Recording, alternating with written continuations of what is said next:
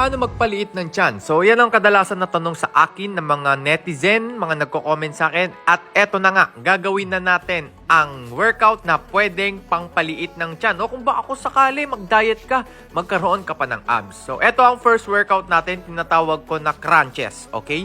15 to 20 repetitions. Kung kaya mong gawing 30, syempre, okay na okay. Pero itong workout na to, hindi to magiging madali dahil tuloy-tuloy to. Tignan nyo yung video, walang cut yan. Okay?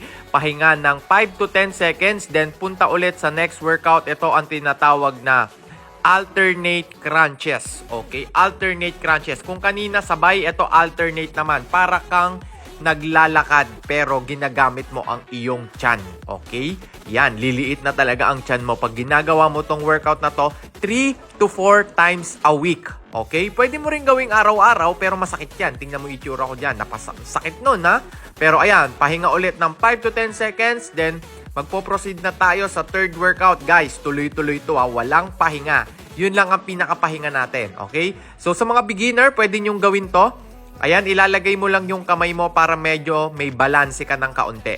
Okay, ang tawag sa workout na to ay scissors. Ganun din to, 10 to 15 repetitions. Kung kaya mong gawin 20 to 30, syempre mas okay. Mas marami, mas okay. Ayan, tignan nyo. Tapos medyo iangat mo yung ulo mo para maramdaman mo talaga yung sakit.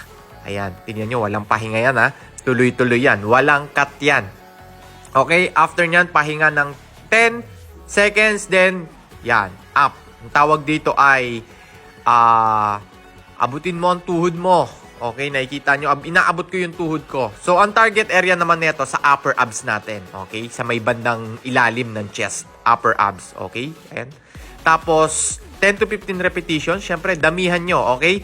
4 na ulit nyong gagawin to and make sure na nag-stretching, nag-warm up kayo bago nyo gawin to. Dahil, pag ginawa nyo to ng biglaan, ang mangyayari sa inyo, pwedeng mag-cramps ang inyong mga tiyan.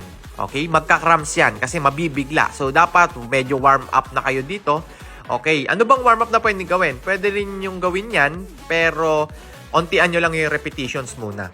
Okay? So, next workout natin, ito ang tinatawag na butin mo ang iyong talampakan naman. Minsan kasi nakakalimutan ko talaga yung mga tawag eh. Pero ginagawa ko pa din, okay? Nakikita nyo naman yan. So, ito target area naman ito sa ating love handles sa gilid ng ating tiyan. Ayan, no? Grabe, love handles yan, men. So, ayan. 10 to 15 repetitions. Pwede nyo gawin 20 or 30 kung saan kayo mas ma-challenge. Kailangan talaga natin lagyan ng challenge ang ating workout para maganda ang kalabasan. So, eto naman ang ating next workout. Grabe, tuloy-tuloy ito, ha. Guys, 4 na ulit yung gagawin to, ha.